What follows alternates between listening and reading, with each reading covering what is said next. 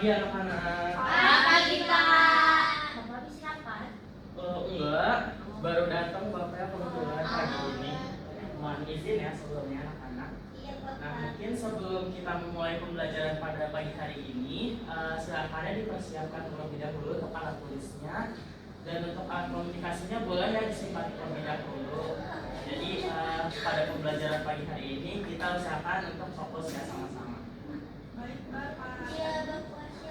Oke, sebelum kita memulai pembelajaran, mungkin boleh ya untuk ketua kelasnya dipersiapkan dulu jadi ya teman-temannya sekalian untuk berdoa. Nah, di sini ketua kelasnya siapa ya? Safira, Bapak. Oke, boleh ya Kak Safira, mohon izin. Oke, sebelum kita memulai pembelajaran, baiknya kita berdoa terlebih dahulu. Berdoa dalam hati dimulai.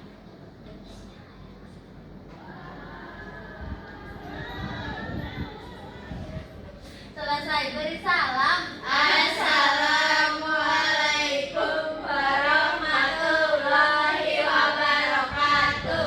Waalaikumsalam warahmatullahi wabarakatuh.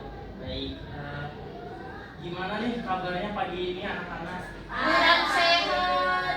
Alhamdulillah ya, sehat semua. Ini temannya satu kurang sehat kenapa? Bapak saya lagi batuk. Oh, kita boleh berdoa bersama-sama ya untuk Salwa ya biar cepat sembuh ya. Syafaqillah Salwa. Ya, terima kasih Bapak. Jangan jajan es mulu ya Salwa ya. Ya, Karena es makasih, juga Pak. bikin batuk. Kita kemarin Bapak lihat Salwa tuh emang jajannya gorengan sama es terus ya. Iya, makanya batuk-batuk ya di kelas. Nah, mungkin buat besok-besok jangan jajan lagi ya. Teman-temannya boleh diperhatiin Salwanya. Oke, mungkin sebelum kita masuk ke materi, Bapak izin mengabsen dulu ya. Pertama-tama, kalau misalkan Bapak sebut boleh bilang hadir ya. Siap, Bapak. Oke, izinnya absen pertama, Kirani Ajeng Pinasri apakah hadir? Oke, hadir.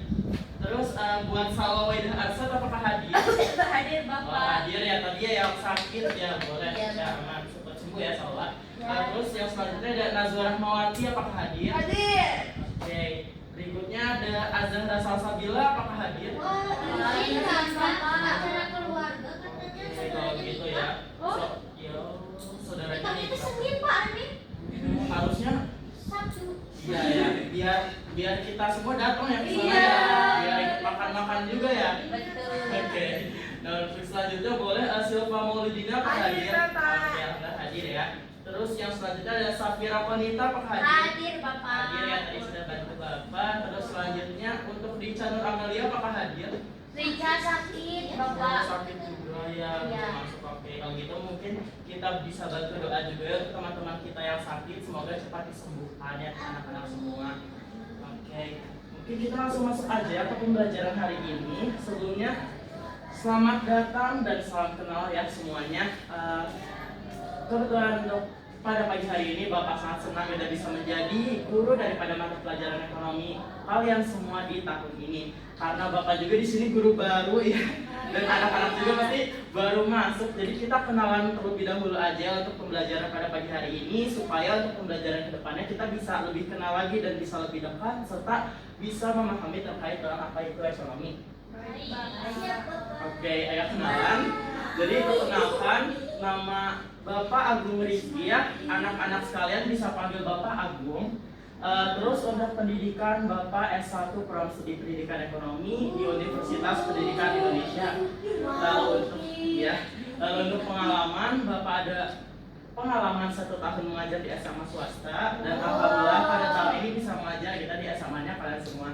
Pasti kalian juga memilih SMA N1 ini bukan tanpa alasan kan? Ya, pasti anak-anak juga mau mengejar yang dimana pengen pendidikan yang lebih baik lagi untuk depannya. Betul. Anak-anak mau ngejar kampus mana nih kira-kira? Upi. Oke. Tapi pengen hilang. Oke, UI ya berarti ya. Semoga apa yang anak-anak cita-citakan mungkin kedepannya bisa tersemogakan ya anak-anak sekalian. Nah, untuk hobi bisa dibaca aja. Bapak hobinya membaca, menyanyi dan juga menari. Oke, untuk bukan dancer ya anak-anak. Bapak cuma hobi saja dan itu jadi gak terlalu belajar mendalam ya bidangnya. Nah, untuk pembelajaran hari ini Bapak memiliki 4 tujuan pembelajaran. Di mana yang pertama, Bapak harap peserta didik atau anak-anak sekalian bisa memahami terkait dengan konsep-konsep ilmu ekonomi dengan mendalam. Lalu yang kedua, Bapak harap anak-anak semua dapat melatih kemampuan berpikir logis dan juga analitis. Di balik konsep yang kita ketahui, nanti Bapak harap anak-anak bisa berdiskusi secara langsung dengan teman-temannya supaya dapat berpikir logis dan analitis buat depannya. Lalu ada yang ketiga, mengaitkan ekonomi dengan kehidupan sehari-hari. Jadi Bapak harap selain Bapak menjelaskan di depan sini, anak-anak juga bisa mengaitkan gitu ya, terkait dengan kegiatan ekonomi ataupun ilmu ekonomi yang ada dalam kehidupan sehari-hari. Lalu yang terakhir ada mengembangkan sikap teliti, tekun dan juga kritis. Jadi Bapak harap anak-anak sekalian bisa mengerti ya, terkait dengan tujuan pembelajaran di pagi hari ini.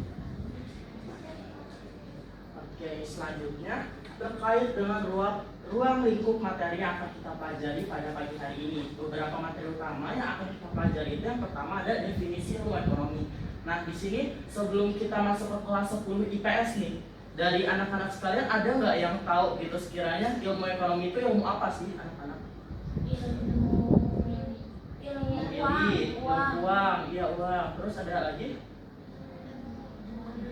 Jual beli pasar ya. Oke. Jadi untuk sehari-harinya mungkin kita akan mempelajari terkait dengan hal-hal tersebut, tapi Bapak akan jelaskan bahwa saya definisi ilmu ekonomi itu tadi benar ya, ilmu kita dalam memilih, karena dari ilmu ekonomi ini kita dapat belajar gitu bagaimana kita memaksimalkan sumber daya terbatas dengan keinginan atau kebutuhan kita atau sebagai manusia yang sekiranya itu jumlahnya tidak terbatas. Lalu ada pula pembagian daripada ilmu ekonomi, ada hukum permintaan, hukum penawaran, serta keterkaitan ilmu ekonomi dengan kehidupan sehari-hari. Nah, untuk selanjutnya Bapak harap beda dari anak-anak sekalian, anak-anak dapat aktif bertanya, berani untuk mencoba, karena di sini tidak ada kata salah ya, kita sama-sama belajar di sini. Lalu tidak takut untuk salah, karena kelas ini menjadi ruang pembelajaran untuk anak-anak sekalian. Ada pula terkait dengan konsisten dengan berlatih, karena di ekonomi ini kita tidak hanya mempelajari teori, tapi pasti mempelajari hitungan. Anak-anak udah siap kan untuk berhitung hari ini? Oke, nah mungkin kita bakal berhitung bersama-sama aja gitu ya, dengan konsisten berlatih supaya lebih cakap lagi gitu ya untuk depannya. Lalu kita juga akan membuka terkait dengan sesi diskusi. Jadi Bapak harap jangan malu gitu untuk bertanya atau mengemukakan pendapat di kelas ini. Lalu aturan di kelas Bapak harap anak-anak bisa selalu datang tepat waktu. Jika kita kelas jam 7 pagi, maka kita harus datang jam 7. bener, oke. Ya, jadi nggak boleh ya kita kelas jam 7 datangnya nanti jam 8 siang, nggak boleh. Terus kelas jam 7 datangnya jam 12 siang, itu nggak boleh. Lalu Bapak harap dapat menyiapkan alat tulis dan buku, lalu menghargai pendapat teman, karena tadi Bapak sudah jelaskannya tidak ada benar ataupun salah di kelas ini. Jadi Bapak harap bisa saling menghargai, lalu mengikuti instruksi dengan baik. Harapannya seperti itu ya anak-anak sekalian. Lalu ada pula penilaian. Penilaian dalam kelas ini, Bapak akan menilai mulai dari tugas harian. Jadi anak-anak akan diberikan tugas hariannya di setiap pertemuannya. Ini tuh biar anak-anak melatih gitu ya, melatih intuisi atau pikiran dari anak-anak sekalian. Karena Bapak yakin kalau misalnya Bapak menjelaskan di saat ini, pasti anak-anak lupa lagi gitu ya di hari pertemuan berikutnya. Maka dari itu ada tugas harian, lalu ada terkait dengan kuis, ada pula ulangan tengah dan akhir semester, ada proyek ataupun presentasi dan kehadiran serta partisipasi. Hal-hal tersebut menjadi penilaian daripada kelas Bapak ya anak-anak sekalian. Untuk medianya bisa dilihat di sini ya, Bapak merujuk pada buku ekonomi. Bukunya sudah dibagikan oleh sekolah kan anak-anak? Sudah. Jadi buku tersebut nanti bisa anak-anak baca aja gitu ya, buat mendalami pemahaman atau mengetahui apa yang akan kita pelajari pertemuan berikutnya. Ada modul pembelajaran digital, aplikasi pembelajaran online menggunakan Google Classroom, serta menggunakan lembar kerja mandiri yang akan Bapak bagikan di setiap pertemuannya. Nah, langsung saja masuk ke pematerian pada pagi hari ini. Jadi alasannya kenapa belajar ekonomi itu penting. Nah, anak-anak bisa lihat di sini, ekonomi itu melatih kita untuk berpikir sistematis. Jadi selain dari kita berpikir secara logis ataupun analitis, Bapak harap anak-anak itu bisa berpikir secara sistematis atau sistem yang dimana sistem itu rangkaian, susunan atau struktural yang bisa membuat anak-anak itu mengerti gitu ya sebenarnya dari suatu permasalahan itu apa sih solusinya atau apa pemecahan masalah yang lebih baik gitu untuk depannya.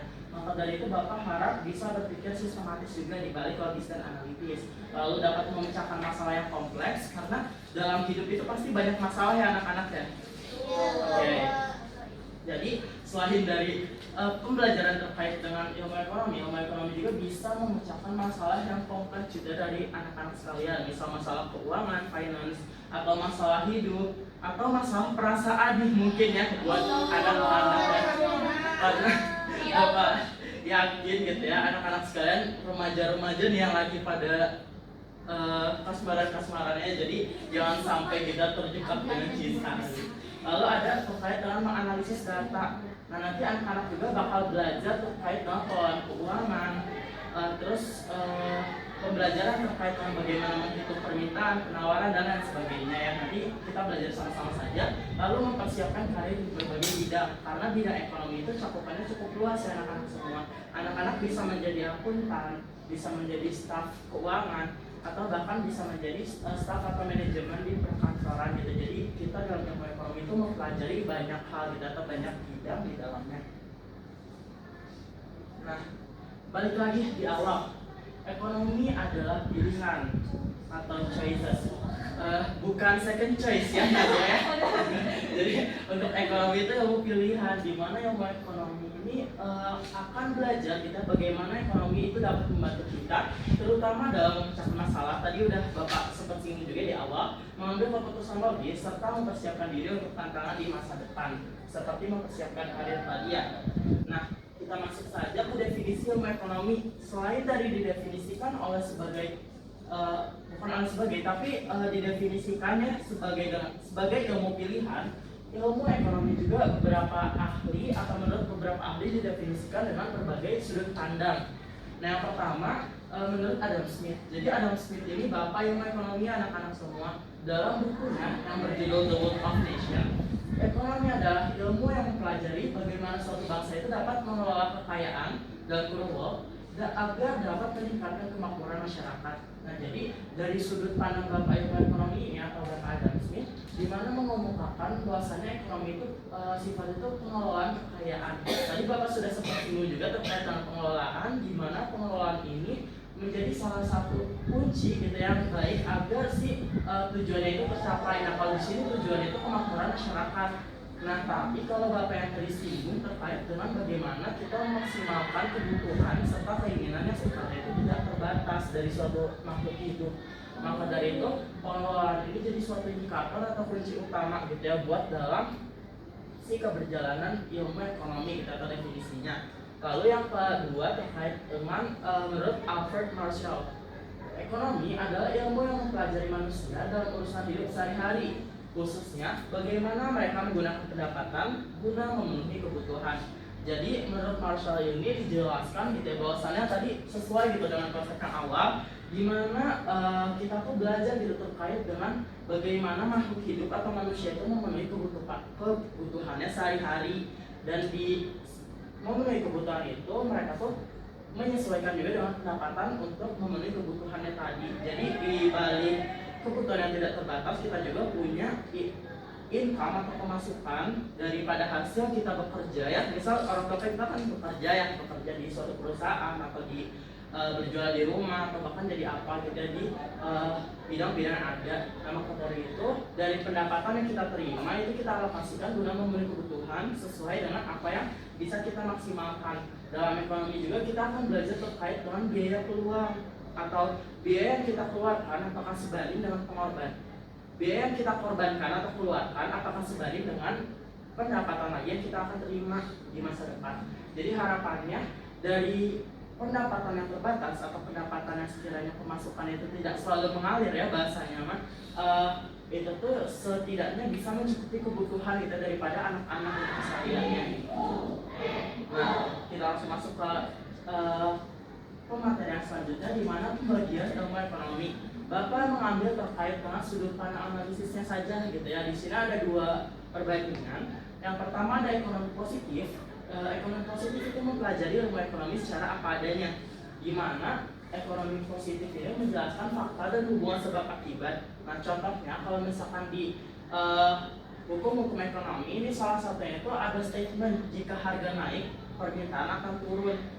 Nah, jadi untuk ilmu ekonomi positif berdasarkan sudut pandang analisisnya itu akan menjelaskan terkait dengan fakta yang sekiranya itu ada hubungannya dengan sebab akibat. Kalau misalkan dalam bahasa Indonesianya ya, jadi ada sebab pasti akan ada sekiranya akibat yang berdampak beda daripada ilmu ekonomi tadi. Lalu ada pula ilmu ekonomi normatif yang mempelajari terkait ilmu ekonomi itu seharusnya dan bagaimana. Jadi buat penjelasan ini mengandung nilai dan pertimbangan moral. Nah, contohnya itu bisa berupa kebijakan atau pendapat gitu yang sekiranya bakal membangun terkait dengan pertimbangan daripada si perbaikan kita daripada ekonominya. Misal contohnya itu pemerintah seharusnya menurunkan pajak. Nah, karena pajak yang terlalu tinggi juga mungkin masyarakat bakal menjerit yang aneh, terutama orang tua kalian kan pajak itu asalnya dari masyarakat ya, dari kita ya. Maka dari itu hal tersebut juga disesuaikan dengan keberadaan masyarakatnya. Mengingat juga antara penghasilan dari individu yang A dengan individu yang B pasti berbeda. Misal individu A mendapatkan 5 juta rupiah, individu yang B mendapatkan 3 juta rupiah. Tapi kalau misalnya kita patok pajaknya sama di angka misal 1 juta rupiah, individu yang B pasti akan lebih menjerit gitu daripada individu yang A, karena mengingat uang yang dia terima itu akan terpotong banyak gitu ya, dan sisa sedikit untuk memenuhi kebutuhannya sehari-hari. Jadi kurang lebih seperti itu. Nah, selanjutnya ada terkait dengan hukum permintaan. Iya, kita langsung masuk aja ada hukum permintaan. Nah, ini tuh jadi kurva permintaan. Gimana kurva permintaan ini anak-anak bisa perhatikan ya. Hukum permintaan itu berbunyi, tadi sudah Bapak singgung juga kita di awal, jika harga suatu barang itu naik, maka permintaannya akan turun. Nah, sebaliknya, jika harganya turun, maka jumlah barang yang diminta itu akan naik dengan asumsi satu sekaligus, di mana faktor lainnya itu dianggap tetap. Nah, kurva daripada hukum permintaan itu biasanya itu bergerak dari kiri atas ke kanan bawah. Gimana? Anak-anak pasti bingung nih, Pak, sudah PB itu apa, PA itu apa, PA itu palu, PB nya game apa gitu. Nah, PA ini. oh, bukan PA itu ya soalnya. Jadi untuk PA sendiri ini tuh harga barang di titik pertamanya, titik A-nya. Nah, sedangkan PB ini harga barang yang B-nya. Jadi misal contohnya ini harga beras aja, harga beras di pasar. Misal kalau misalkan Salwa membeli beras gitu ya dengan harga 15.000 1 liternya, Salwa itu cuma mendapatkan kuantitasnya sebanyak seliter gitu segini, seki A. Kalau misalkan turun nih harga berasnya jadi 10.000, maka Salwa kan pasti bakal belinya tuh lebih banyak gitu daripada harga yang 15.000, karena mengingat ya bisa juga untuk disimpan untuk keperluan minggu berikutnya atau lebih murah. Sebenarnya kalau misalkan kebutuhannya kita mempertimbangkan lagi apa yang kita beli ya, karena balik lagi kita melihat juga dari sisi kualitas. Kalau misalnya kualitasnya memang baik, pasti kan anak-anak juga lebih memilih untuk kayaknya saya beli yang banyak aja deh Pak buat stok kan. Dan kita juga harus menjaga dengan awet tidak terkait dengan barangnya. Jadi kurang lebih seperti itu ya anak-anak buat hukum permintaan. Lalu dilanjutkan dengan hukum penawaran. Ini masih sama ya, cuman berbeda gitu dari kurva yang tadi. Terkait dengan hukum penawaran itu menyatakan bahwa jika harga suatu barang meningkat, maka si barang yang ditawarkan itu juga akan ikut meningkat. Nah, sebaliknya jika harganya turun, maka jumlah barang yang ditawarkan juga turun.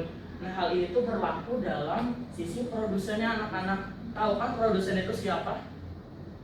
Yang menciptakan. Oke, betul ya. Produsen itu yang menciptakan atau yang membuat atau yang menambah nilai guna suatu barang untuk didistribusikan atau dijualkan sampai bertemu di tangan konsumen gitu untuk dimanfaatkan.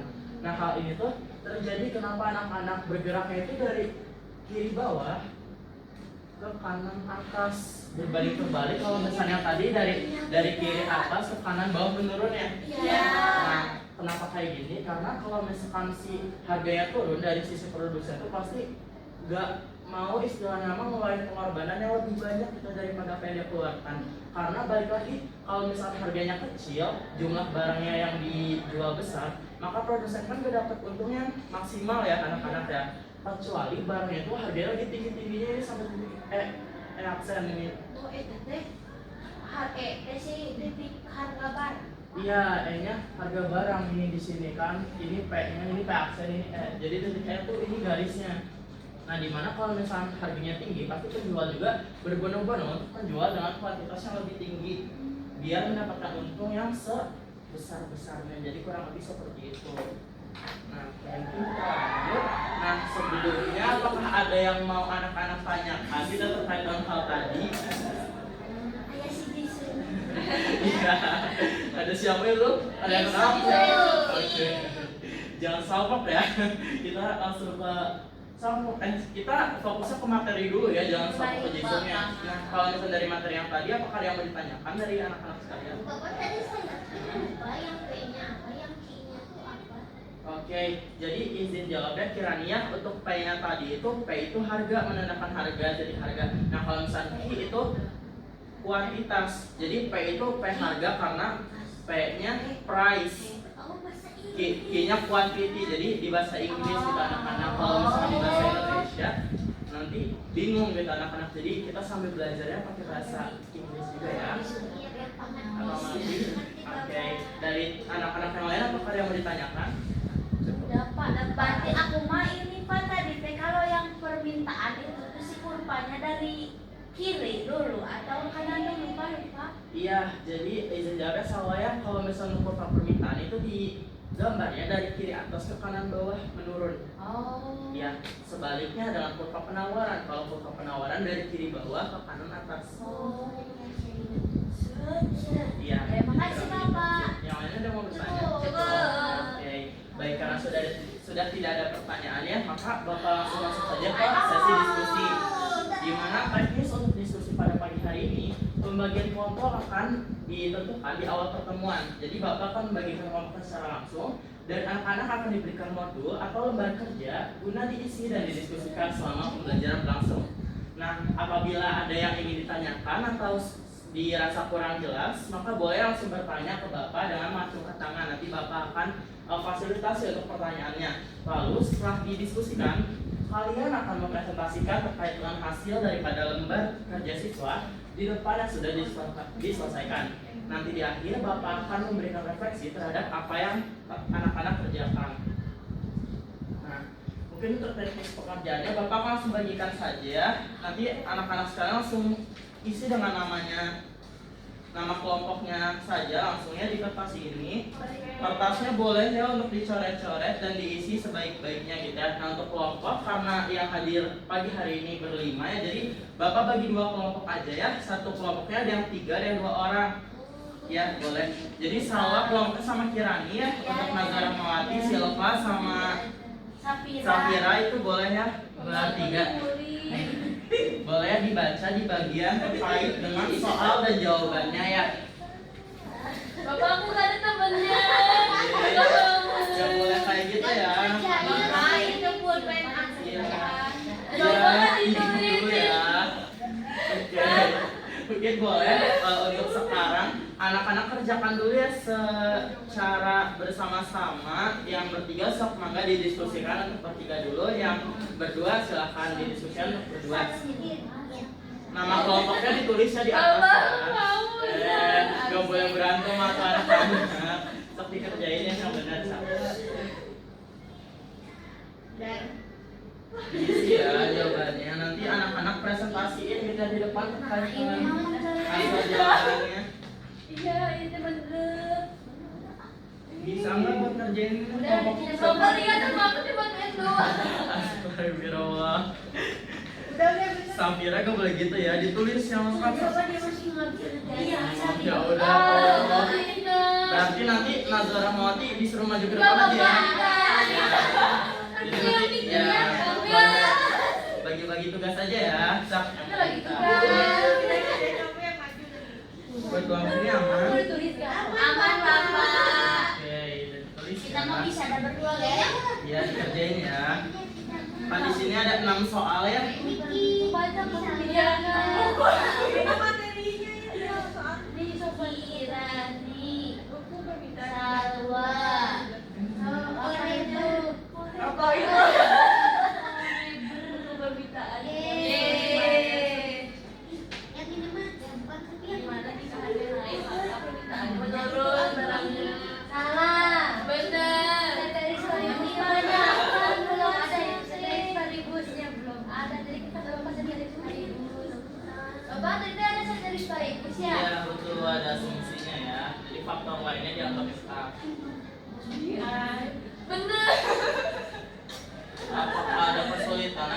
atau sudah mengerjakannya? Ya Pak, aman. Mereka aja gak bisa.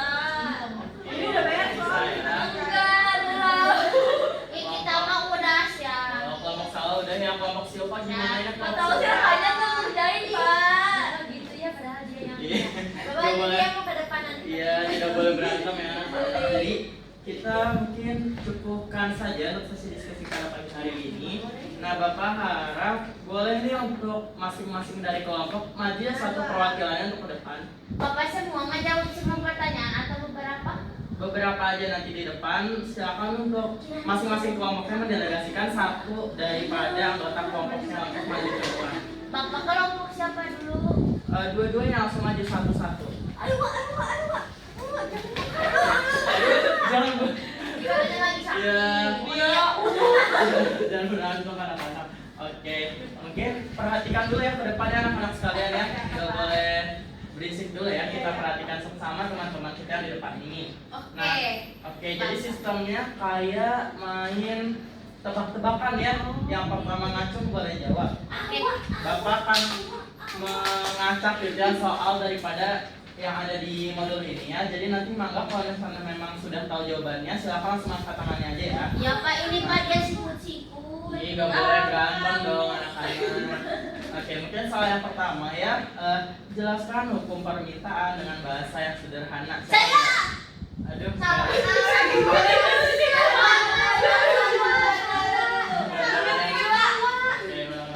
Ulang deh, Bapak hitung dulu ya, hitung mundur ya. 1, 2, 3. Oke, Salwa dulu ya, Salwa. Najwa, sabar dulu ya. Boleh Salwa jawabannya apa?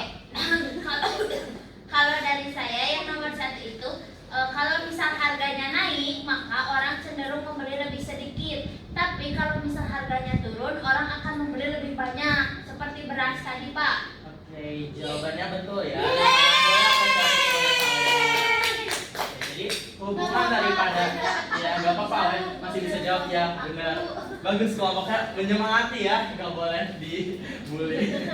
Oke, jadi hubungan tadi adalah hubungan terkait dengan hubungan yang ekonomi positif ya anak-anak ya, karena ketika harga naik maka barangnya juga yang dibeli bakalan lebih sedikit gitu ya dibandingkan jika harga turun belinya lebih banyak ya. Mohon maaf tadi ralat sebenarnya hubungan ekonomi yang negatif karena keduanya tidak berjalan sama kita beriringan. Nah, mungkin soal yang kedua ya kita lanjut. Jelaskan hukum penawaran secara singkat. 1, 2, 3. Oke, boleh dari Nazwa Rahmati boleh. Jadi kalau hukum penawaran tuh jika harga barangnya naik, nanti penjual juga ingin menjual lebih banyak karena untuk menjual lebih besar. Oke, betul ya jawabannya anak-anak boleh. Kira ini nggak boleh kayak gitu Nggak boleh ya. kayak gitu, Kira. Makanya beda ya. Itu yang salah. Gak apa-apa, kalian sama-sama belajar ya. Jadi tolong dihargai juga gitu ya teman-teman yang sudah berdiskusikan. Tadi Bapak sudah jelaskan juga ya di awal peraturan kelasnya bagaimana. Nah mungkin terakhir untuk soal terakhir ya. Satu sama ya, ini skornya satu sama ya. Iya. Bisa kan? Oke, mungkin soal yang terakhir ya. Dia mau ketawa-ketawa ih, marahin dulu. Berikan satu contoh nyata hukum penawaran dalam aktivitas ekonomi masyarakat. Saya 1, 2, 3 ya Pak. Oke, tunggu ya. Pertanyaannya mana Pak? 1, 2, 3. Boleh salah boleh. Oke, kalau misalnya satu contoh nyata hukum penawaran itu jawabannya iwak kalian. Iya, saya lihat. Ketika Ketika harga apa? maaf Bapak. Gak apa-apa. Jadi ketika harga tomat tinggi, petani menjual lebih banyak tomat agar pendapatannya lebih meningkat. Betul ya anak-anak. Jadi boleh diapresiasi untuk Salwa karena sudah memberikan contoh yang sesuai juga. Boleh mungkin untuk anak-anak langsung duduk aja ya sepertinya.